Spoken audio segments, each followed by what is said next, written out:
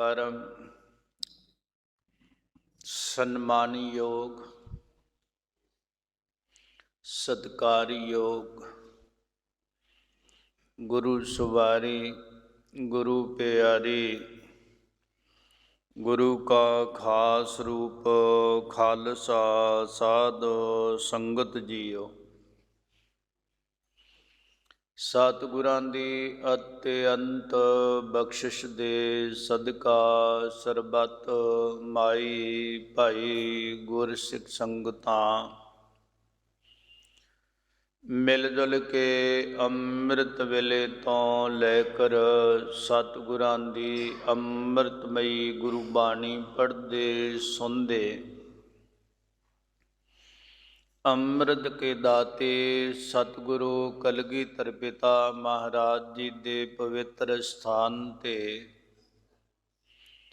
ਸਤਿਗੁਰੂ ਗ੍ਰੰਥ ਸਾਹਿਬ ਮਹਾਰਾਜ ਜੀ ਦੀ ਪਾਵਨ ਪਵਿੱਤਰ ਗੋਦ ਅੰਦਰ ਜੁੜ ਮਿਲ ਬੈਠ ਕੇ ਤੁਰ ਦਰਗਾਹੀ ਬਚਨਾਂ ਨੂੰ ਸ਼ਰਧਾ ਭਾਵਨਾ ਪ੍ਰੇਮ ਦੇ ਨਾਲ ਪੜ੍ਹਦੇ ਸੁਣਦੇ ਆ ਰਹੇ ਹਾਂ। ਦਿਆਲੂ ਕਿਰਪਾਲੂ ਸਤਿਗੁਰੂ ਜੀ ਸਾਡੇ ਕਲਯੁਗੀ ਜੀਵਾਂ ਤੇ ਤਰਸ ਕਰਕੇ ਸਾਨੂੰ ਪਾਵਨ ਪਵਿੱਤਰ ਉਸ ਅਕਾਲ ਪੁਰਖ ਵਾਹਿਗੁਰੂ ਜੀ ਦੇ ਧੁਰ ਦਰਗਾਹੀ ਬਚਨ ਆਪਣੀ ਰਸਨਾ ਦੁਆਰਾ ਬਖਸ਼ਿਸ਼ ਕਰਦੇ ਨੇ।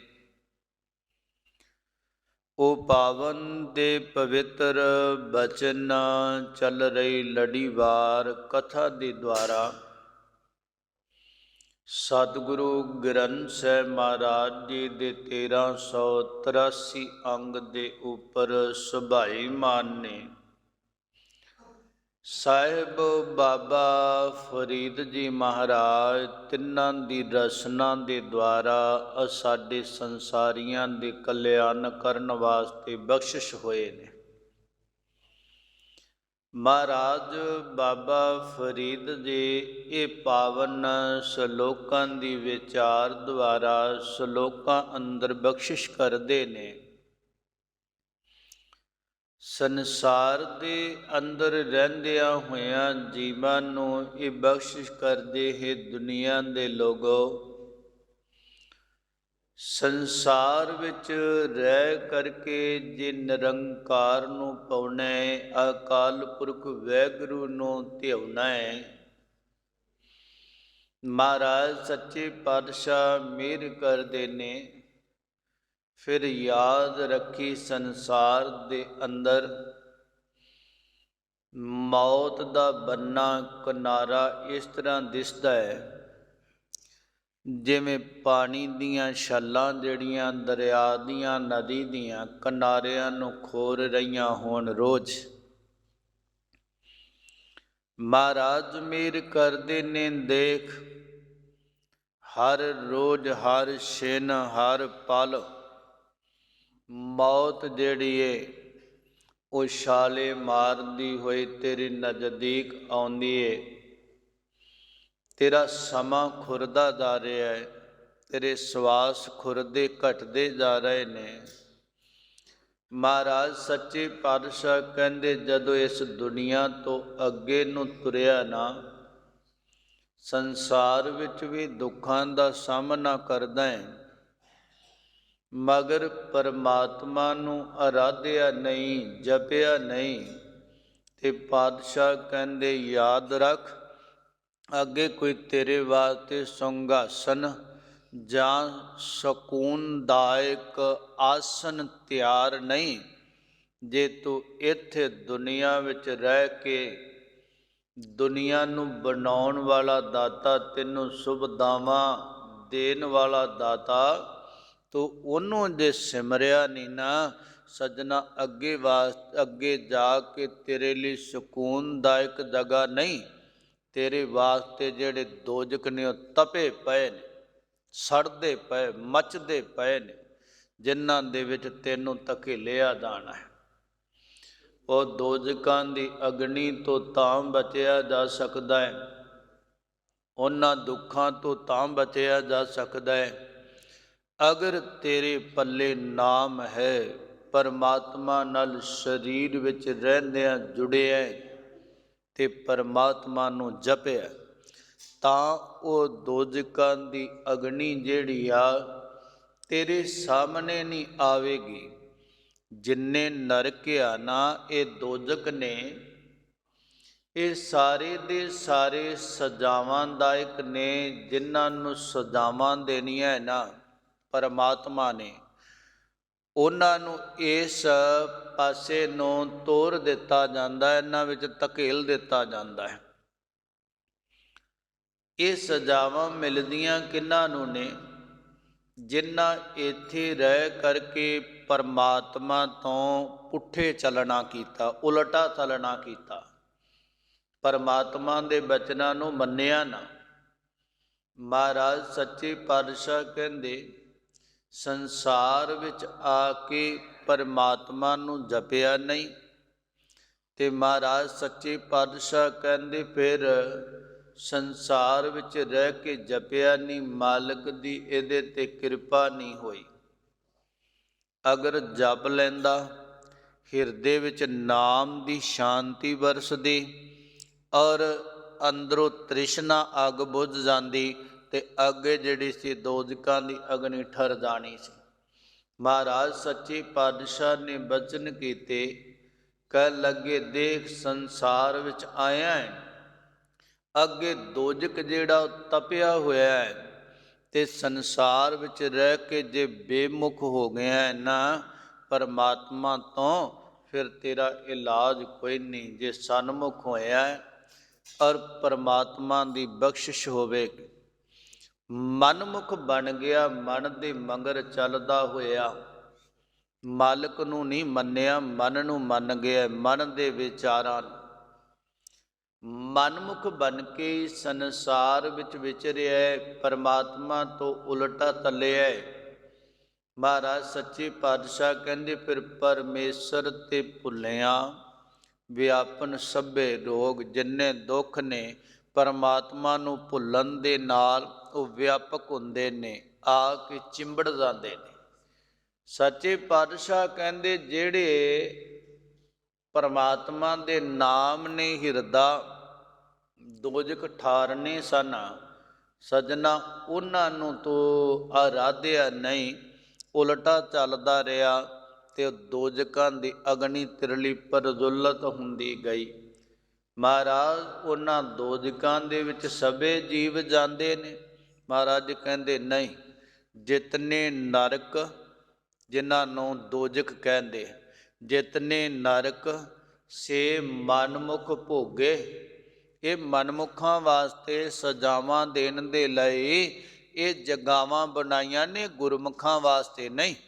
ਗੁਰਮੁਖ ਉਹ ਨੇ ਜਿਹੜੇ ਗੁਰੂ ਵੱਲ ਨੂੰ ਚੱਲਦੇ ਨੇ, ਮਨ ਬਾਣੀ ਸਰੀਰ ਕਰਕੇ। ਬੋਲ ਵੀ ਗੁਰੂ ਵੱਲ, ਕਦਮ ਵੀ ਗੁਰੂ ਵੱਲ ਨੂੰ ਚੱਲੇ ਸਤ ਸੰਗਤ ਨੂੰ, ਔਰ ਮਨ ਵੀ ਗੁਰੂ ਵਾਲੇ ਫੁਰਨੇ ਉਤਪਨ ਪਿਆ ਕਰਦਾ ਹੈ। ਉਹਨਾਂ ਵਾਸਤੇ ਜਗਾਵਾਂ ਨਹੀਂ। ਜਿਤਨੇ ਨਰਕ ਸੇ ਮਨਮੁਖ ਭੋਗੇ, ਗੁਰਮੁਖ ਲੇਪ ਨਾ ਮਾਸਾ ਹੈ। ਮਹਾਰਾਜ ਕਹਿੰਦੇ ਗੁਰਮੁਖਾਂ ਨੂੰ ਲੇਪ ਸ਼ੇਪ ਨਹੀਂ, ਉਹ ਇਹਦੇ 'ਚ ਲਪਾਈ ਮਾਨ ਨਹੀਂ ਹੁੰਦੇ, ਇਸ ਅਗਨੀ ਦੇ ਵਿੱਚ ਸੜਦੇ ਨਹੀਂ। ਉਹਨਾਂ ਦੋਜ਼ਕਾਂ ਦੇ ਵਿੱਚ ਫਿਰ ਦੁਖੀ ਹੋਏ ਰੌਲਾ ਪਾਉਂਦੇ ਨੇ। ਜਿਹੜਾ ਕੰਨਾਂ ਨਾਲ ਸੁਣੀਦਾ ਹੈ ਨਾ ਕਿ ਅੱਗੇ ਇਹੋ ਜਿਹੀਆਂ ਸਜ਼ਾਵਾਂ ਨੇ, ਮਹਾਰਾਜ ਕਹਿੰਦੇ ਦੁਖੀ ਹੋਏ ਫਿਰ ਘਗਿਆਉਂਦੇ ਰੌਲਾ ਪਾਉਂਦੇ ਨੇ। ਸਾਹਿਬ ਕਹਿੰਦੇ ਇੱਕ ਉਹ ਨੇ ਜਿਨ੍ਹਾਂ ਨੂੰ ਸਮਝ ਆ ਗਈ, ਉਹ ਜਪਣ ਲੱਗ ਪਏ। ਇੱਕ ਉਹ ਨੇ ਬੇਸਮਝੀ ਦੇ ਅੰਦਰ ਬੇਪਰਵਾਹ ਹੋ ਕੇ ਜੀਵਨ ਜਿਉਂਦੇ ਨੇ। ਕਹਿੰਦੇ ਮੈਨੂੰ ਕੋਈ ਪਰਵਾਹ ਨਹੀਂ, ਮੈਂ ਜੋ ਮਰਜ਼ੀ ਖਾਵਾਂ, ਮੈਨੂੰ ਕੋਈ ਪਰਵਾਹ ਨਹੀਂ, ਮੈਂ ਜਿੱਥੇ ਮਰਜ਼ੀ ਜਾਵਾਂ, ਮੈਨੂੰ ਕੋਈ ਪਰਵਾਹ ਨਹੀਂ, ਕੀ ਹੋਵੇਗਾ। ਮਹਾਰਾਜ ਸਾਹਿਬ ਕਹਿੰਦੇ ਉਹ ਬੇਪਰਵਾਹ ਹੋ ਕੇ ਫਿਰਦੇ, ਉਹਨਾਂ ਨੂੰ ਪਰਵਾਹ ਕਿਸੇ ਦੀ ਨਹੀਂ।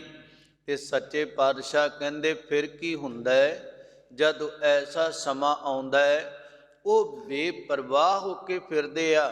ਮਹਾਰਾਜ ਕਹਿੰਦੇ ਫਿਰ ਕੀ ਹੁੰਦਾ, ਜਿਹੜੇ ਅਮਲ ਕਰਮ ਦੁਨੀਆ ਵਿੱਚ ਕੀਤੇ ਨਾ, ਸਰੀਰ ਵਿੱਚ ਰਹਿ ਕੇ, ਮਹਾਰਾਜ ਸਾਹਿਬ ਕਹਿੰਦੇ ਉਹ ਹੀ ਔਰ ਜਿਹੜੇ ਨੇ ਦਰਗਹਿ ਉਗਾਹ, ਜਦੋਂ ਦਰਗਾਹ ਦੇ ਵਿੱਚ ਪੇਸ਼ੀ ਪਈ ਨਾ, ਉਗਾਹ ਮੈਨਾ ਹੁੰਦਾ ਆ ਉਗਾਹੀ ਦੇਣ ਵਾਲਾ।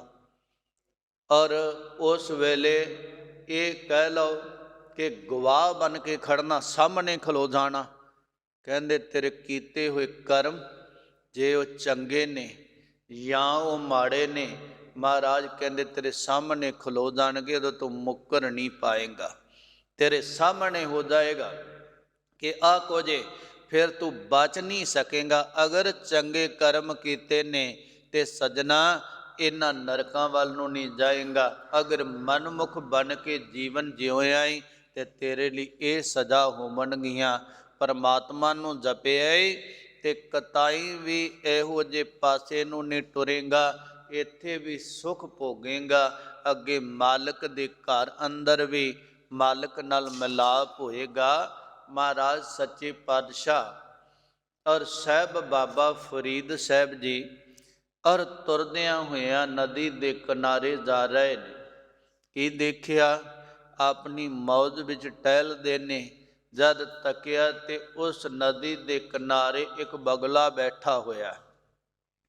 ਬਗਲਾ ਬੈਠਾ ਔਰ ਜਿਹੜਾ ਹੈ ਨਾ ਉਸਨੇ ਮੱਛੀ ਪਕੜੀ ਤੇ ਮੱਛੀ ਨੂੰ ਪਕੜ ਕੇ ਕਦੇ ਉੱਪਰ ਨੂੰ ਸਿੱਟ ਲੈਂਦਾ, ਫਿਰ ਉਹਨੂੰ ਬੁੱਚ ਲੈਂਦਾ ਤੇ ਉਹਦੇ ਨਾਲ ਖੇਡਾਂ ਜੀਆਂ ਖੇਡਦਾ, ਕਲੋਲਾਂ ਜੀਆਂ ਕਰਦਾ। ਤੇ ਇੰਨੇ ਨੂੰ ਦੇਖਦਿਆਂ ਦੇਖਦਿਆਂ ਕੀ ਹੋਇਆ, ਉਹ ਮੱਛੀ ਨੂੰ ਤੱਕ ਕੇ ਨਾ ਉੱਪਰੋਂ ਬਾਜ ਨੇ ਝਪਟ ਮਾਰੀ, ਸਮੇਤ ਬਗਲੇ ਦੇ ਉਹਨੂੰ ਦਬੋਚ ਕੇ ਲੈ ਗਿਆ।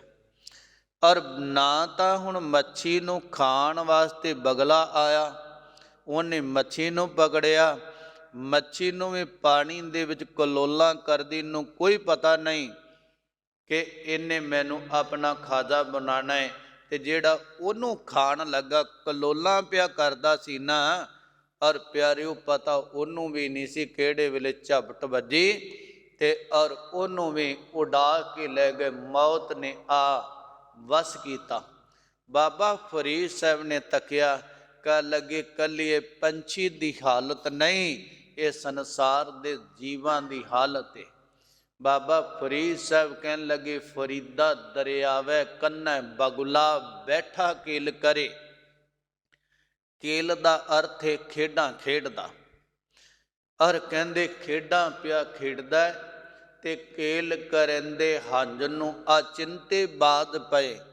ਕੇਲਾਂ ਕਰਦਾ ਪਿਆ ਸੀ, ਪਤਾ ਕੋਈ ਨਹੀਂ ਸੀ। ਅਚਨ ਚੇਤੀ ਅਚਾਨਚਕ ਆ ਕੇ ਬਾਜ ਨੇ ਝਪਟ ਮਾਰੀ ਤੇ ਕਹਿੰਦੇ ਉਹ ਬਾਜ ਕਿੱਥੋਂ ਆਇਆ? ਪਰਮਾਤਮਾ ਨੇ ਜਿਹੜਾ ਸਮਾਂ ਮੁਕਰਰ ਕੀਤਾ ਸੀ, ਮੱਛੀ ਦੀ ਮੌਤ ਬਣਾ ਕੇ ਬਗਲਾ ਆਇਆ ਤੇ ਬਗਲੇ ਦੀ ਮੌਤ ਬਣਾ ਕੇ ਮੱਛੀ ਦੇ ਕਾਰਨ ਹੀ ਔਰ ਬਾਜ ਨੇ ਝਪਟ ਮਾਰੀ ਤੇ ਉਹਨੂੰ ਖਤਮ ਕਰ ਦਿੱਤਾ। ਬਾਬਾ ਫਰੀਦ ਸਾਹਿਬ ਇਹ ਸਮਝਾਉਂਦੇ ਨੇ, ਕਹਿ ਲੱਗੇ ਦੇਖ ਸੰਸਾਰ ਸਮੁੰਦਰ ਹੈ, ਇਹ ਨਦੀ ਦਰਿਆ ਵੇ, ਇਹਦੇ ਕਿਨਾਰੇ ਜਿਹੜੇ ਜੀਵ ਰੂਪ ਬਗਲੇ ਆਏ ਨੇ, ਜਿਨ੍ਹਾਂ ਦੀ ਬਗਲਿਆਂ ਵਾਲੀ ਬਿਰਤੀ ਆ।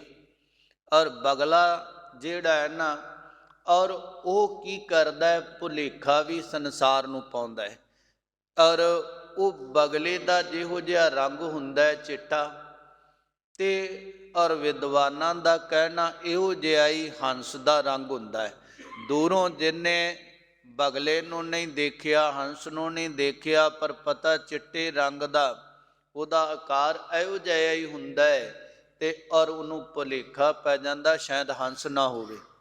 ਪਰਖ ਜਦ ਉਹ ਡੱਡਾਂ ਮੱਛੀਆਂ ਨੂੰ ਖਾਂਦਾ ਹੈ, ਉਹ ਹੀਰੇ ਤੇ ਮੋਤੀ ਖਾਂਦਾ ਹੈ, ਫੇਰ ਤੱਕਦਾ ਹੈ, ਕਹਿ ਲੱਗੇ ਕੁਝ ਜੀਵ ਇਸ ਦਰਿਆ ਦੇ ਕਿਨਾਰੇ, ਸੰਸਾਰ ਨਦੀ ਦੇ ਕਿਨਾਰੇ ਆਏ, ਉਹਨਾਂ ਦੀ ਹੰਸਾਂ ਵਾਲੀ ਬਿਰਤੀ ਨਾ ਬਣੀ ਔਰ ਉਹਨਾਂ ਦੀ ਬਗਲਿਆਂ ਵਾਲੀ ਬਿਰਤੀ ਬਣ ਗਈ। ਆਪਣੇ ਰਸ ਦੇ ਲਈ ਸੰਸਾਰ ਵਿੱਚੋਂ ਚੁਣ ਚੁਣ ਪਦਾਰਥਾਂ ਨੂੰ ਖਾਂਦੇ ਤੇ ਪਦਾਰਥਾਂ ਨੂੰ ਖਾਂਦੇ ਹੋਏ ਕਲੋਲਾਂ ਪੈ ਕਰਦੇ। ਕਦੇ ਸਮਝ ਨਹੀਂ ਆਈ ਆ ਵਸਤੂ ਨੂੰ ਮੈਂ ਖਾਂਦਾ ਪਿਆ ਹੈ ਤੇ ਇੱਕ ਦਿਨ ਮੈਨੂੰ ਵੀ ਖਾਣ ਵਾਲੇ ਕਿਸੇ ਆ ਜਾਣਾ। ਕਹਿੰਦੇ ਉਹਨੂੰ ਰੱਬ ਚੇਤੇ ਨਹੀਂ, ਉਹਨੂੰ ਮੌਤ ਚੇਤੇ ਨਹੀਂ। ਜਿਵੇਂ ਉਹ ਬਗਲੇ ਨੂੰ ਕੋਈ ਚੇਤਾ ਨਹੀਂ ਸੀ ਕਿ ਮੈਨੂੰ ਮਾਰਨ ਵਾਲਾ ਵੀ ਕੋਈ ਆਣਾ ਹੈ। ਜੀਵ ਦੂਜਿਆਂ 'ਚ ਮਾਰ ਧਾੜ ਕਰਦਾ ਹੈ, ਦੂਜਿਆਂ ਨੂੰ ਮੌਤ ਦੀ ਘਾਟ ਉਤਾਰਦਾ ਹੈ। ਬਾਬਾ ਫਰੀਦ ਸਾਹਿਬ ਕਹਿੰਦੇ ਨੇ ਇਹਨੂੰ ਆਪਣੀ ਮੌਤ ਦਾ ਪਤਾ ਕੋਈ ਨਹੀਂ। ਕਹਿ ਲੱਗੇ ਕਲੋਲਾ ਕਰਨੇ ਇਸ ਜੀਵ ਬਗਲੇ ਨੂੰ, ਔਰ ਬੈਠਾ ਹੋਇਆ ਸੰਸਾਰ ਵਿੱਚ ਕਲੋਲਾਂ ਕਰਦਾ, ਖੇਡਾਂ ਖੇਡਦਾ ਪਿਆ, ਵਿਚਰਦਾ ਪਿਆ, ਕੌਤਕ ਕਰਦਾ, ਕ੍ਰੀੜਾ ਕਰਦਾ ਹੈ। ਮਹਾਰਾਜ ਸਾਹਿਬ ਕਹਿੰਦੇ ਕੇਲ ਕਰਿੰਦੇ ਹੰਝਨੋ, ਇਸ ਜੀਵ ਨੂੰ ਕੇਲਾਂ ਕਰਦੇ ਨੂੰ, ਖੇਡਾਂ ਕਰਦੇ ਨੂੰ ਅਚਿੰਤੇ ਬਾਝ ਪਏ, ਅਚਨਚੇਤ ਮੌਤ ਆ ਗਈ। ਕਹਿੰਦੇ ਨੇ ਅਜੇ ਤਾਂ ਮੇਰੇ ਕੋਲੋਂ ਹੁਣੇ ਗਿਆ ਸੀ, ਮੈਂ ਤਾਂ ਉੱਥੇ ਤੁਰਿਆ ਜਾਂਦਾ ਦੇਖਿਆ ਸੀ। ਅਜੇ ਸਵੇਰੇ ਹੀ ਮੇਰੇ ਨਾਲ ਫੋਨ ਤੇ ਗੱਲ ਹੋਈ ਆ, ਔਰ ਸਵੇਰੇ ਹੀ ਮੈਨੂੰ ਮਿਲਿਆ, ਕੋਈ ਪਤਾ ਨਹੀਂ। ਤੇ ਘਰ ਦੇ ਕਹਿੰਦੇ ਅਜੇ ਚਾਹ ਪੀ ਕੇ ਸਾਡੇ ਤੋਂ ਬਾਹਰ ਗਿਆ, ਪਤਾ ਨਹੀਂ ਕੀ ਹੋ ਗਿਆ। ਅਚਿੰਤੇ ਬਾਝ ਪਏ, ਅਚਨਚੇਤ ਹੀ ਉਹ ਮੌਤ ਰੂਪ ਬਾਦ ਨੇ ਝਪਟ ਮਾਰੀ ਤੇ ਇਹਨੂੰ ਚੱਕ ਲੈਣਾ ਕੀਤਾ, ਜਿੰਦ ਕੱਢ ਲੈਣਾ ਕੀਤੀ। ਕਹਿੰਦੇ ਉਹ ਬਾਦ ਮੌਤ ਆਈ ਕਿੱਥੋਂ, ਉਹ ਕਿੱਥੋਂ ਆ ਗਈ? ਇਹ ਤਾਂ ਦੂਜਿਆਂ ਨੂੰ ਧਮਕੀਆਂ ਦਿੰਦਾ ਸੀ, ਹੁਣ ਮੈਂ ਤੈਨੂੰ ਦੱਸਾਂਗਾ, ਤੈਨੂੰ ਆਹ ਕਰਨਿਆਂਗਾ, ਉਹ ਕਰਨਿਆਂਗਾ, ਦੂਜਿਆਂ ਨੂੰ ਮਾਰਦਾ ਸੀ। ਪਰ ਇਹਦੀ ਮੌਤ ਕਿਵੇਂ ਆਈ? ਬੜੇ ਬੜੇ ਡਾਕੂ ਆਏ ਨੇ ਸੰਸਾਰ ਵਿੱਚ, ਜਿਨ੍ਹਾਂ ਤੋਂ ਲੋਕ ਥਰ ਥਰ ਕੰਬਦੇ ਸਨ, ਉਹ ਮਰ ਗਏ। ਇੱਥੇ ਹਲਾਕੂ ਵਰਗੇ ਆਏ, ਚੰਗੇਜ਼ ਖਾਨ ਵਰਗੇ ਆਏ, ਇੱਥੇ ਹਿਟਲਰ ਵਰਗੇ ਆਏ, ਜਿਨ੍ਹਾਂ ਨੇ ਕਰੋੜ ਤੋਂ ਉੱਪਰ ਬੰਦਾ ਮਾਰਤਾ। ਔਰ ਪਿਆਰਿਓ, ਔਰ ਉਹਨਾਂ ਵਰਗੇ ਆਏ ਤੇ ਉਹ ਵੀ ਸੰਸਾਰ ਵਿੱਚ ਜਿਨ੍ਹਾਂ ਅੱਗੇ ਕੋਈ ਸਿਰ ਨਹੀਂ ਸੀ ਚੁੱਕਦਾ, ਉਹਨਾਂ ਨੂੰ ਇੱਕ ਦਿਨ ਆ ਕੇ ਜਿਹੜਾ ਸੀ ਅਚਿੰਤੇ ਬਾਝ ਪਏ। ਉਹ ਕਹਿੰਦੇ ਸਨ ਸਾਨੂੰ ਕੌਣ ਮਾਰਨ ਵਾਲਾ, ਸਭ ਉਹਦੇ ਤੋਂ ਡਰਦੇ ਸਨ। ਤੇ ਪਿਆਰਿਓ, ਮਹਾਰਾਜ ਕਹਿੰਦੇ ਉਹਨਾਂ ਨੂੰ ਕਿਹਨੇ ਮਾਰਿਆ? ਮਹਾਰਾਜ ਕਹਿੰਦੇ ਬਾਝ ਪਏ ਤਿਸ ਰੱਬ ਦੇ। ਉਹ ਰੱਬ ਦਾ ਮੌਤ ਦਾ ਬਾਝ ਛੱਡਿਆ, ਜਿਹੜਾ ਦੂਜਿਆਂ ਨੂੰ ਆਪਣੀ ਖੁਰਾਕ ਬਣਾਉਂਦਾ ਸੀ ਨਾ, ਦੂਜਿਆਂ ਦਾ ਸ਼ਿਕਾਰ ਕਰਦਾ ਸੀ ਨਾ, ਦੂਜੇ ਜੀਵਾਂ ਨੂੰ ਮੌਤ ਦੇ ਘਾਟ ਉਤਾਰਦਾ ਸੀ ਨਾ, ਅੱਜ ਉਸੇ ਮੌਤ ਦਾ ਸ਼ਿਕਾਰ ਕਰਨ ਵਾਸਤੇ ਪਰਮਾਤਮਾ ਨੇ ਬਾਝ ਰੂਪ ਬਣਾ ਕੇ, ਮੌਤ ਰੂਪ ਬਣਾ ਕੇ ਇਹਨੂੰ ਖਤਮ ਕਰਨ ਵਾਸਤੇ ਭੇਜ ਦਿੱਤਾ। ਬਾਝ ਪਏ ਤਿਸ ਰੱਬ ਦੇ, ਜਦੋਂ ਮੌਤ ਆਈ। ਔਰ ਪਿਆਰਿਓ, ਜਿਹੜਾ ਆਪਣੀ ਰਕਸ਼ਾ ਵਾਸਤੇ ਬੜੇ ਬਾਡੀਗਾਰਡ ਰੱਖ ਲੈਂਦਾ ਹੈ, ਮੱਖੀ ਵੀ ਅੰਦਰ ਨਹੀਂ ਲੰਘਦੀ, ਔਰ ਆਪਣੇ ਕੋਲ ਬੜੇ ਹਥਿਆਰ ਰੱਖ ਲੈਂਦਾ ਹੈ। ਬਾਡੀਗਾਰਡ ਦਾ ਪਤਾ ਨਹੀਂ ਕਦੋਂ ਬੇਈਮਾਨੀ ਮਨ ਵਿੱਚ ਆ ਜਾਵੇ, ਮੈਂ ਆਪਣੇ ਕੋਲ ਹਥਿਆਰ ਰੱਖ ਲਵਾਂ। ਮਹਾਰਾਜ ਕਹਿੰਦੇ ਹਥਿਆਰ ਹੱਥ ਵਿੱਚ ਪਕੜਿਆ ਹੋਇਆ ਹੈ, ਬਾਡੀਗਾਰਡ ਕੋਲ ਖੜੇ ਨੇ।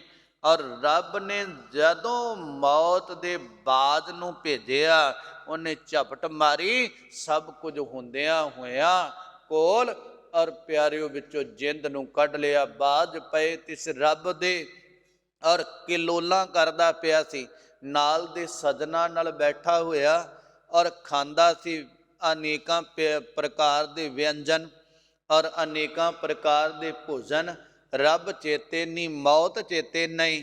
ਤੇ ਪਿਆਰਿਓ, ਖਾਂਦਿਆਂ ਖਾਂਦਿਆਂ ਬੁਰਕੀ ਉੱਥੇ ਹੀ ਅਟਕ ਗਈ, ਉੱਥੇ ਮੌਤ ਆ ਗਈ। ਔਰ ਕਹਿੰਦੇ ਜੀ ਦੇਖੋ, ਫੜੋ ਫੜੋ, ਹੱਥਾਂ ਦੇ ਵਿੱਚ ਹੀ ਸਾਡੇ ਮੌਤ ਨਿਕਲ ਆ ਗਈ, ਇਹਦੀ ਮੌਤ ਹੋ ਗਈ। ਅਸੀਂ ਇਕੱਠੇ ਭੋਜਨ ਕਰਦੇ ਪਏ ਸੀ, ਇਕੱਠੇ ਬੈਠੇ ਗੱਲਾਂ ਕਰਦੇ ਸੀ। ਮਹਾਰਾਜ ਕਹਿੰਦੇ ਅਚਿੰਤੇ ਬਾਝ ਪਏ, ਉਹਨੂੰ ਅਚਨਚੇਤ ਮੌਤ ਦੇ ਬਾਝ ਨੇ ਝਪਟ ਮਾਰੀ। ਤੇ ਜਿਹੜੀਆਂ ਗੱਲਾਂ ਕਰ ਰਿਹਾ ਸੀ ਨਾ, ਹੱਸ ਹੱਸ ਕੇ, ਮੁਸਕਰਾ ਮੁਸਕਰਾ ਕੇ ਦੂਜਿਆਂ ਦੀ ਮੌਤ ਦਾ ਤਾਣਾ ਬਾਣਾ ਬੁਣਦਾ ਸੀ, ਕਿਵੇਂ ਮਾਰਨਾ, ਕਿਵੇਂ ਦੁਰਕਾਰਨਾ, ਕਿਸੇ ਨੂੰ ਕਿਵੇਂ ਦਬਾਉਣਾ ਹੈ। ਮਹਾਰਾਜ ਕਹਿੰਦੇ ਉਹ ਗੱਲਾਂ, ਉਹ ਸਕੀਮਾਂ ਵਿੱਚ ਹੀ ਭੁੱਲ ਗਈਆਂ, ਕੇਲਾਂ ਵਿਸਰੀਆਂ। ਜੋ ਮਨ ਚੇਤਨਾ ਚੇਤੇ ਸਨ, ਚੇਤੇ ਕਰਦਾ ਸੀ ਦੂਜਿਆਂ ਦੀ ਮੌਤ, ਦੂਜਿਆਂ ਲਈ ਮਸ਼ਵਰੇ, ਦੂਜਿਆਂ ਲਈ ਤਾਣਾ ਬਾਣਾ ਬੁਣਦਾ ਸੀ। ਆਪਣੀ ਮੌਤ ਆਪਣੇ ਚਿੱਤ ਦੇ ਵਿੱਚ ਚੇਤੇ ਹੀ ਨਹੀਂ ਸੀ ਕਿ ਮੇਰੇ ਤੇ ਵੀ ਆ ਭਾਣਾ ਵਾਪਰ ਜਾਣਾ, ਮੇਰੇ ਨਾਲ ਵੀ ਇਹ ਹੋ ਜਾਣਾ। ਜੋ ਮਨ ਚਿੱਤ ਨਾ ਚੇਤੇ ਸਨ, ਜੋ ਚਿੱਤ ਦੇ ਵਿੱਚ ਚੇਤੇ ਨਹੀਂ ਸੀ ਗੱਲ, ਸੋ ਗੱਲ ਹੀ ਰੱਬ ਕੀਆਂ, ਉਹ ਗੱਲਾਂ ਰੱਬ ਨੇ ਕਰ ਦਿੱਤੀਆਂ, ਪਰਮਾਤਮਾ ਨੇ ਕਰ ਦਿੱਤੀਆਂ। ਜਿਹੜੇ ਨੂੰ ਕਦੇ ਚੇਤੇ ਨਹੀਂ ਸੀ ਨਾ ਮੌਤ, ਉਹ ਮੌਤ ਰੱਬ ਨੇ ਲਿਆ ਕੇ ਕਰ ਦਿੱਤੀ, ਉਹ ਭਾਣਾ ਵਰਤਾ ਦਿੱਤਾ। ਮਹਾਰਾਜ ਸਾਹਿਬ ਕਹਿੰਦੇ ਮਨੁੱਸ਼ ਔਰ ਤੇਰੀ ਜਿਹੜੀ ਔਕਾਤ ਕੇਵਲ ਇੰਨੀ ਕੁ ਹੈ, ਕਦੇ ਰੱਬ ਤੋਂ ਡਰਿਆ ਕਰ, ਜਗਤ ਨੂੰ ਡਰਾਉਣ ਵਿੱਚ ਨਾ ਤੁਰ, ਆਪਣੀ ਮੌਤ ਨੂੰ ਚੇਤੇ ਰੱਖ ਕੇ ਤੁਰ। ਮਾਲਕ ਇੱਕ ਵਸਦਾ ਏ, ਉਹ ਸਾਰਿਆਂ ਦਾ ਮਾਲਕ ਹੀ। ਜਦੋਂ ਉਹ ਮਾਰੇ ਉਦੋਂ ਕੋਈ ਨਹੀਂ ਰੱਖਿਆ ਕਰ ਸਕਦਾ, ਜਦ ਉਹ ਬਚਾਉਣ ਵਾਲਾ ਹੋ ਜਾਵੇ ਦੁਨੀਆ ਤੇ ਕੋਈ ਮਾਰ ਨਹੀਂ ਸਕਦਾ। ਮਹਾਰਾਜ ਸਾਹਿਬ ਕਹਿੰਦੇ ਆ ਵਾਹਿਗੁਰੂ, ਔਰ ਜਦੋਂ ਤੂੰ ਮਾਰਿਆ ਸੱਚੇ ਸਾਹਿਬ, ਕੌਣ ਤਿਸ ਨੂੰ ਰੱਖੈ। ਜਦੋਂ ਰੱਬ ਮਾਰਦਾ ਉਦੋਂ ਬਚਦਾ ਕੋਈ ਨਹੀਂ, ਤੇ ਜਦੋਂ ਜੱਗ ਮਾਰਦਾ ਆ ਉਹਨੂੰ ਔਰ ਪਰਮਾਤਮਾ ਰੱਖਦਾ ਹੈ, ਤੇ ਉਹਨੂੰ ਮਾਰ ਕੋਈ ਨਹੀਂ ਰੱਖਦਾ। ਜਾ ਕੂ ਰਾਖੈ ਸਾਈਆਂ, ਮਾਰ ਸਕੇ ਨਾ ਕੋਈ, ਉਹਨੂੰ ਕੋਈ ਨਹੀਂ ਮਾਰ ਸਕਦਾ। ਮਹਾਰਾਜ ਸੱਚੇ ਪਾਤਸ਼ਾਹ ਕਹਿੰਦੇ ਆ ਇਹ ਮਨੁੱਖ ਨੂੰ ਤੱਕਿਆ, ਇਹਦੇ ਤਨ ਨੂੰ ਔਰ ਸਰੀਰ ਨੂੰ, ਕਹਿ ਲੱਗੇ ਇੰਨਾ ਸਰੀਰ ਪਾਲਿਆ ਪੁੱਛਿਆ ਸਰੀਰ, ਔਰ ਇਹਦੇ ਨਾਲ ਬੰਦਗੀ ਨਹੀਂ ਕੀਤੀ। ਤੇ ਬਾਬਾ ਫਰੀਦ ਸਾਹਿਬ ਕਹਿੰਦੇ ਆ 3.5 ਮਨ ਦੇਹੁਰੀ, ਚੱਲੈ ਪਾਣੀ ਅੰਨ। ਔਰ ਮਹਾਰਾਜ ਸੱਚੇ ਪਾਤਸ਼ਾਹ ਕਹਿੰਦੇ ਨੇ ਜੇ ਰਿਸ਼ਟ ਪੁਸ਼ਟ ਸਰੀਰ ਕਿਸੇ ਦਾ ਹੋਵੇ ਨਾ, 3.5 ਮਨ ਕੱਚਾ, ਔਰ ਕੱਚੇ ਮਨ ਹੁੰਦੇ ਸਨ ਪਹਿਲਾਂ, 3.5 ਮਨ ਉਹਦੇ ਸਰੀਰ ਦਾ ਵਜ਼ਨ ਹੈ। ਮਹਾਰਾਜ ਸਾਹਿਬ ਕਹਿੰਦੇ 3.5 ਮਨ ਦੇਹੁਰੀ, 3 ਦਾ ਅਰਥ ਹੈ 3, ਔਰ ਮਨ ਦਾ ਅਰਥ ਹੈ ਮਿਣਤੀ, ਦੂਜਾ ਅਰਥ ਇਹਦਾ ਅਰਥ ਆ ਔਰ ਮਨ ਮੈਣਾ ਮਿਣਤੀ। ਕਹਿ ਲੱਗੇ ਦੇ ਕਿਸੇ ਦੀ ਛੋਟੀ ਕਿਸੇ ਦੀ ਵੱਡੀ ਹੋਵੇ, ਸੱਜਣੋ ਇਹਦੇ ਲਈ ਕਬਰ ਵਾਲੀ ਜਗ੍ਹਾ, ਸੰਸਕਾਰ ਵਾਲੀ ਜਗ੍ਹਾ, ਜਿੱਥੇ ਕਬਰ ਵਿੱਚ ਪੈਣਾ 3.5 ਹੱਥ ਤੇਰੀ ਸੀਮਾ, ਤੇਰੀ 3.5 ਕੋ ਹੱਥ ਔਰ ਜਗ੍ਹਾ ਹੋਣੀ ਹੈ। ਮਹਾਰਾਜ ਨੇ ਬਚਨ ਕਹੇ ਤੇ ਬਾਬਾ ਕਬੀਰ ਸਾਹਿਬ ਵੀ ਕਹਿੰਦੇ ਆ, ਕਹਿਣ ਲੱਗੇ ਇਹ ਸੰਸਾਰ ਵਿੱਚ ਆਇਆ ਹੈ ਔਰ ਭਲਿਆ ਉਹ 3.5 ਹੱਥ ਜਿਹੜੀ ਜਗ੍ਹਾ ਹੈ ਨਾ, ਤੇ ਉਹਦੇ ਤੋਂ ਜੇ ਵੱਧ ਹੋ ਜਾਵੇ ਕਿਤੇ ਘਣੀ ਤਾਂ 4.25, 4.25 ਤੋਂ ਅੱਗੇ ਕਿਸੇ ਦੀ ਕਬਰ ਨਹੀਂ ਵੱਧਦੀ, ਹੱਥਾਂ ਦੀ ਮਿਣਤੀ। ਕਹਿਣ ਲੱਗੇ ਸੱਜਣਾ ਇਹ ਤੇਰੀ ਦੇਹ ਕਬਰ ਦੇ ਵਿੱਚ ਚਲੀ ਜਾਣੀ, ਜਿਹੜੀ ਅੰਨ ਤੇ ਪਾਣੀ ਨਾਲ ਚੱਲਦੀ ਹੈ। ਇਹ ਸਰੀਰ ਅੰਨ ਪਾਣੀ ਦਾ ਹੈ, ਕਿਉਂਕਿ ਅੰਨ ਅਨਾਜ ਨਾਲ ਬਣਿਆ ਸਰੀਰ ਹੈ।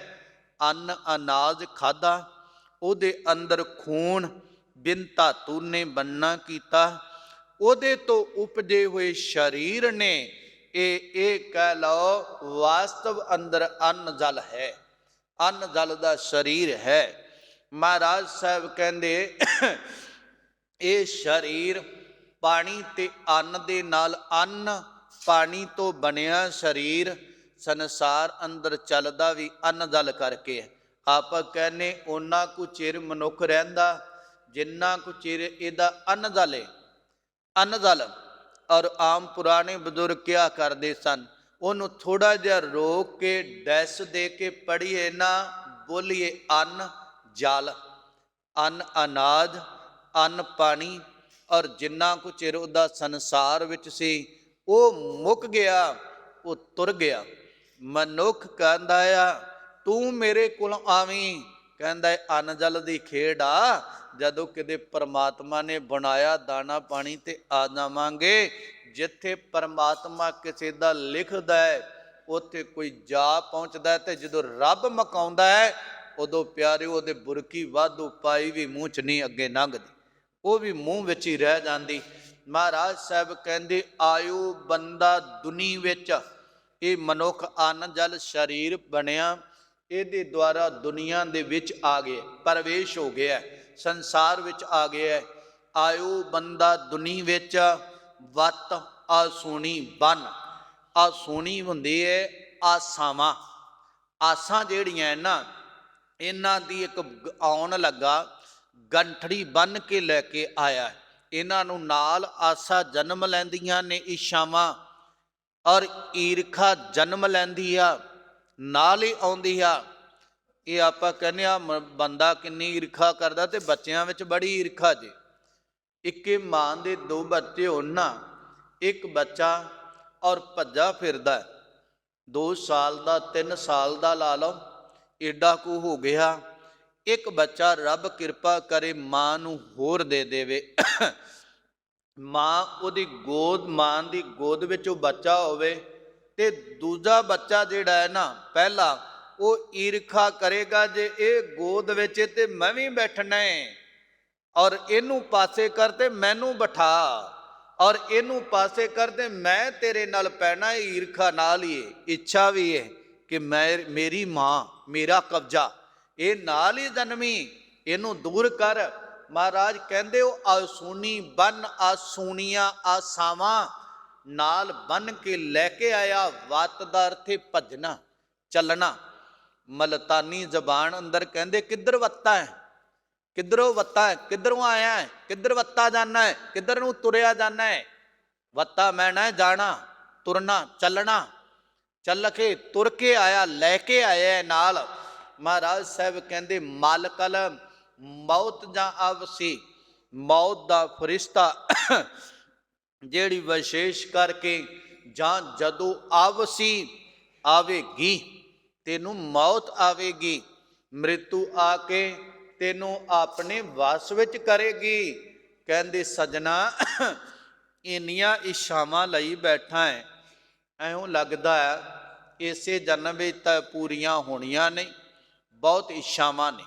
ਮਹਾਰਾਜ ਸਾਹਿਬ ਕਹਿੰਦੇ ਜਦੋਂ ਮੌਤ ਆਉਂਦੀ, ਮਨੁੱਖ ਨੇ ਮੌਤ ਤੋਂ ਬਚਣ ਵਾਸਤੇ ਬੜੇ ਉਪਰਾਲੇ ਕੀਤੇ ਹੁੰਦੇ ਨੇ।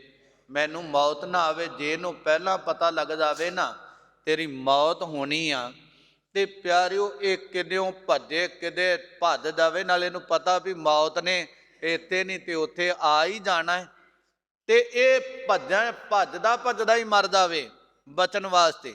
ਇਹ ਗੁਪਤ ਰਹੱਸ ਨੂੰ ਮਹਾਰਾਜ ਨੇ ਤਾਂ ਹੀ ਰੱਖਿਆ ਹੈ ਕਿ ਮਨੁੱਖ ਨੇ ਜਿੰਨਾ ਕੁ ਚਿਰ ਜੀਣਾ ਹੈ ਨਾ, ਇਹਨੇ ਪਹਿਲਾਂ ਹੀ ਮਰ ਜਾਣਾ, ਉਹ ਹੀ ਮਰ ਜਾਣਾ ਇਹਨੇ, ਇਹਨੂੰ ਪਤਾ ਲੱਗ ਗਿਆ ਮੌਤ ਦਾ। ਤਾਂ ਮਹਾਰਾਜ ਮਿਹਰ ਕਰਦੇ ਨੇ, ਉਹਨੇ ਜਿੰਨੇ ਮਰਜ਼ੀ ਦਰਵਾਜ਼ੇ ਲਾ ਲਵੀਂ, ਪ੍ਰਬੰਧ ਕਰ ਲਵੀਂ, ਸਾਰੇ ਦਰਵਾਜ਼ੇ ਭੰਨਦੇ ਨੇ।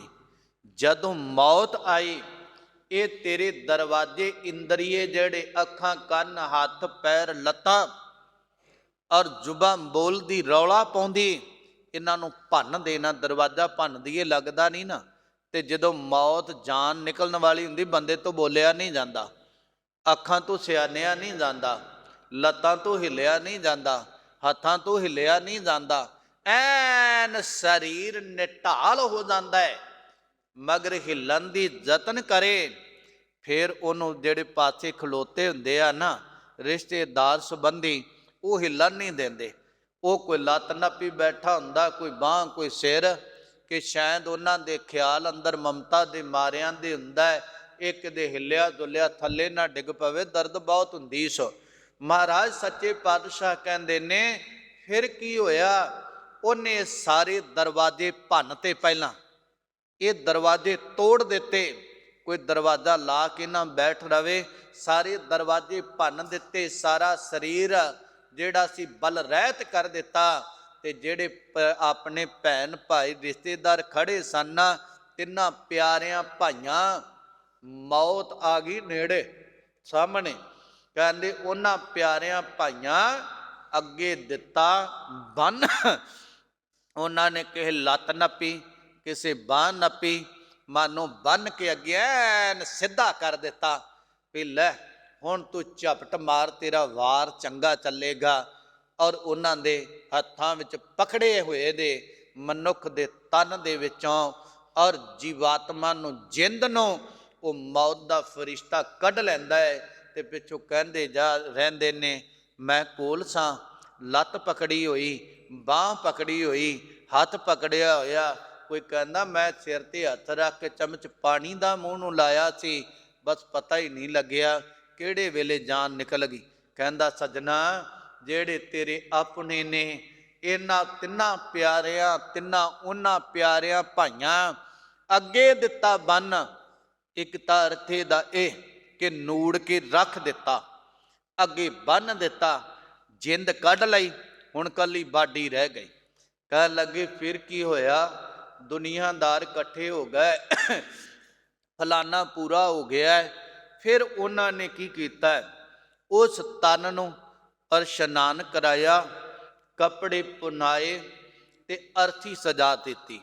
ਫਿਰ ਉਹਨਾਂ ਨੇ ਅਰਥੀ ਦੇ ਉੱਪਰ ਵੀ ਰੱਸੀਆਂ ਬੰਨ੍ਹਤੀਆਂ, ਔਰ ਅਰਥੀ ਦੇ ਉੱਪਰ ਨਾ ਮੁਰਦੇ ਦੇ ਉੱਪਰ ਦੀ ਰੱਸੀਆਂ ਬੰਨ੍ਹ ਦਿੰਦੇ, ਚਾਹੇ ਉੱਥੋਂ ਉਹ ਕਫਨ ਦੇ ਨਾਲੋਂ ਹੀ ਪਾੜ ਕੇ ਲੀਰਾਂ ਜੀਆਂ ਬੰਨ੍ਹਦੇ ਨਾ ਉੱਪਰ ਦੀ। ਔਰ ਹੁਣ ਤਾਂ ਪਹਿਲਾਂ ਕੱਲੇ ਫੱਟੇ ਜਿਹੇ ਹੁੰਦੇ ਸਨ, ਤੇ ਹੁਣ ਤਾਂ ਇਹਨਾਂ ਸ਼ਮਸ਼ਾਨ ਭੂਮੀ ਦੇ ਵਿੱਚ ਬਹੁਤ ਵਧੀਆ ਬਣਾਤੀਆਂ ਨੇ, ਸਟੀਲ ਦੀਆਂ। ਜੀ ਕਰਦਾ 2 ਮਿੰਟ ਉਹਨਾਂ ਨੂੰ ਦੇਖੀ ਜਾਈਏ, ਇੰਨੀਆਂ ਸੁੰਦਰ ਉਹ ਬਣਾਤੀਆਂ ਨੇ। ਦਾਲੇ ਦਾਲੇ ਦੀਵਾਰ ਵੀ ਲਾਤੀ। ਪਹਿਲਾਂ ਬੰਨਣ ਦਾ ਮਤਲਬ ਇਹ ਹੁੰਦਾ ਸੀ ਬਈ ਤੁਰੇ ਜਾਂਦਿਆਂ ਕੋਈ ਬੰਦਾ ਮੋਢਾ ਦੇਣ ਵਾਲਾ ਨੀਵਾਂ ਹੁੰਦਾ ਹੈ ਤੇ ਕੋਈ ਉੱਚਾ ਹੁੰਦਾ ਹੈ, ਔਰ ਉਹ ਲਾਰਾ ਵੱਜੇ ਤੇ ਕਿਤੇ ਲਾਸ਼ ਫੱਟੇ ਤੋਂ ਰਿੜ ਕੇ ਥੱਲੇ ਨਾ ਡਿੱਗ ਪਏ, ਉਹ ਤਾਂ ਪਹਿਲਾਂ ਬੰਨਿਆ ਜਾਂਦਾ ਸੀ। ਤੇ ਅਜੇ ਵੀ ਉਹੀ ਪ੍ਰਪਾਟੀ ਚੱਲੀ ਆਉਂਦੀ ਆ। ਹੁਣ ਉਹ ਪਾਸੇ ਜੰਗਲਾ ਜਿਹਾ ਲਾਇਆ ਹੁੰਦਾ, ਅਜੇ ਵੀ ਉਹਨੂੰ ਬੰਨ੍ਹਦੇ। ਕਹਿੰਦੇ ਉਹ ਗੰਢਾਂ ਵੀ ਤੇਰੇ ਆਪਣਿਆਂ ਨੇ ਦਿੱਤੀਆਂ ਉੱਤੇ, ਤੇਰੇ ਆਪਣਿਆਂ ਨੇ ਅਰਥੀ ਦੇ ਉੱਪਰ ਤੇਰੇ ਸਰੀਰ ਨੂੰ ਪਾ ਕੇ ਔਰ ਗੰਢਾਂ ਦੇ ਦਿੱਤੀਆਂ, ਐਨ ਤਿਆਰੀ ਹੋ ਗਈ। ਤੇ ਫਿਰ ਕੀ ਹੋਇਆ, ਬਾਬਾ ਫਰੀਦ ਸਾਹਿਬ ਕਹਿੰਦੇ ਫਿਰ 4 ਭਾਈ ਆਏ, ਉਹਨਾਂ ਰੱਖਿਆ ਮੋਢੇ ਤੇ, ਹੁਣ ਤੁਰ ਪਏ। ਕਹਿੰਦੇ ਦੇਖੋ ਵੇਖੋ, ਹੁਣ ਵੇਖੋ ਜਿਹਨੂੰ ਬੰਨਿਆ, ਜਿਹਦੀ ਹੱਥਾਂ 'ਚ ਜਿੰਦ ਨਿਕਲੀ, ਵੇਖੋ ਬੰਦਾ ਚੱਲਿਆ, ਤੁਰ ਪਿਆ, ਲੈ ਕੇ ਤੁਰ ਪਏ। ਵੇਖੋ ਬੰਦਾ ਚੱਲਿਆ, 4 ਜਾਣਿਆਂ ਦੇ ਕੰਨ, ਔਰ 4 ਦਾ ਅਰਥ 4 ਜਣਿਆਂ ਦਾ ਮਤਲਬ ਇੱਥੇ ਬੰਦੇ ਆ, ਔਰ 4 ਜਣਿਆਂ ਉਹਨਾਂ ਬੰਦਿਆਂ ਦੇ ਕੰਨ। ਕੰਨ ਇਹਦਾ ਪਾਠ ਕਰਾਂਗੇ ਤੇ ਕੰਨ ਸੁਣਨ ਵਾਲੇ ਬਣ ਜਾਣਗੇ। ਇਹਨੂੰ ਥੋੜਾ ਜਿਹਾ ਹਲੰਤ ਲਾ ਕੇ ਬੋਲਿਆ ਜਾਂਦਾ ਕੰਨ, ਔਰ ਉਹ ਕੰਨ ਮੈਨਾ ਹੈ ਕੰਧੇ, ਮੋਢੇ।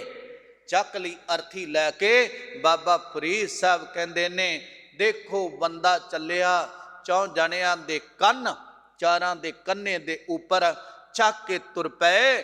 ਤੇ ਬਾਬਾ ਫਰੀਦ ਸਾਹਿਬ ਕਹਿੰਦੇ ਫਰੀਦਾ, ਅਮਲ ਜੇ ਕੀਤੇ ਦੁਨੀ ਵਿੱਚ, ਜਿਹੜੇ ਅਮਲ ਔਰ ਦੁਨੀਆ ਵਿੱਚ ਕਰਮ ਕੀਤੇ, ਚੰਗੇ ਮਾੜੇ ਕਰਮ ਕਮਾਏ ਦੁਨੀਆ ਦੇ ਅੰਦਰ, ਜਿਹੜੇ ਸੰਸਾਰ ਵਿੱਚ ਰਹਿ ਕੇ ਮਹਾਰਾਜ ਕਹਿੰਦੇ ਦਰਗਾਹ ਆਏ ਕੰਮ। ਕਹਿੰਦੇ ਉਹ ਦਰਗਾਹ ਦੇ ਵਿੱਚ ਤੇਰੇ ਕੰਮ ਆਉਣੇ, ਇੱਥੇ ਕਰਮ ਚੰਗੇ ਕਰ। ਇੱਥੇ ਦੁਨੀਆ ਦੀਆਂ ਗੱਲਾਂ ਕੀਤੀਆਂ, ਬਾਹਰੋਂ ਗੱਲਾਂ ਕਰਕੇ ਚੰਗਾ ਬਣੀ ਜਾਵੇ, ਇਹ ਕੰਮ ਨਹੀਂ ਆਉਣੀਆਂ। ਕੰਮ ਉਹ ਆਉਣਾ ਹੈ ਜਿਹੜਾ ਸੱਚੀ ਮੁੱਚੀ ਚੰਗਾ ਕੁਝ ਕੀਤਾ, ਔਰ ਚੰਗਾ ਬੀਜਿਆ, ਉਹਨੂੰ ਚੰਗਾ ਵੱਢੇਗਾ।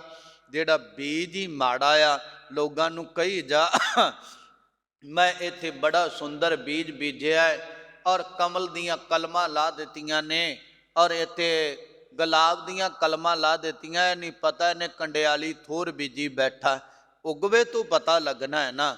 ਮਹਾਰਾਜ ਕਹਿੰਦੇ ਕਰਮ ਦਿਖਾਉਣ ਵਾਸਤੇ ਨਾ ਕਰ, ਆਪਣੇ ਆਪ ਨੂੰ ਬਚਾਉਣ ਵਾਸਤੇ ਕਰ, ਫਿਰ ਬਚੇਗਾ।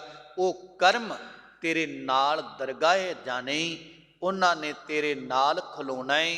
ਸਜਣਾ ਫਿਰ ਬਚਾਓ ਤੇਰਾ ਹੋਣਾ ਹੈ, ਜਦੋਂ ਜਪਿਆ ਹੋਇਆ ਔਰ ਪਰਮਾਤਮਾ ਦੇ ਨਾਲ ਜੁੜਿਆ ਹੋਇਆ, ਫਿਰ ਤੇਰਾ ਆਇਆ ਸਫਲਾ ਹੋਣਾ ਹੈ। ਬਾਬਾ ਫਰੀਦ ਸਾਹਿਬ ਕਹਿੰਦੇ ਦੁਨੀਆ ਦੇ ਅੰਦਰ ਸਮਾਂ ਮਿਲਿਆ ਜੇ, ਇਹਨੂੰ ਸਵਾਰੋ, ਆਪਣੇ ਆਪ ਨੂੰ ਚੰਗੇ ਕਰਮ ਕਰੋ, ਚੰਗਾ ਸੋਚੋ, ਚੰਗਾ ਕੁਝ ਕਰੋ, ਤੁਹਾਡਾ ਬੁਰਾ ਕਦੇ ਹੋ ਨਹੀਂ ਸਕਦਾ।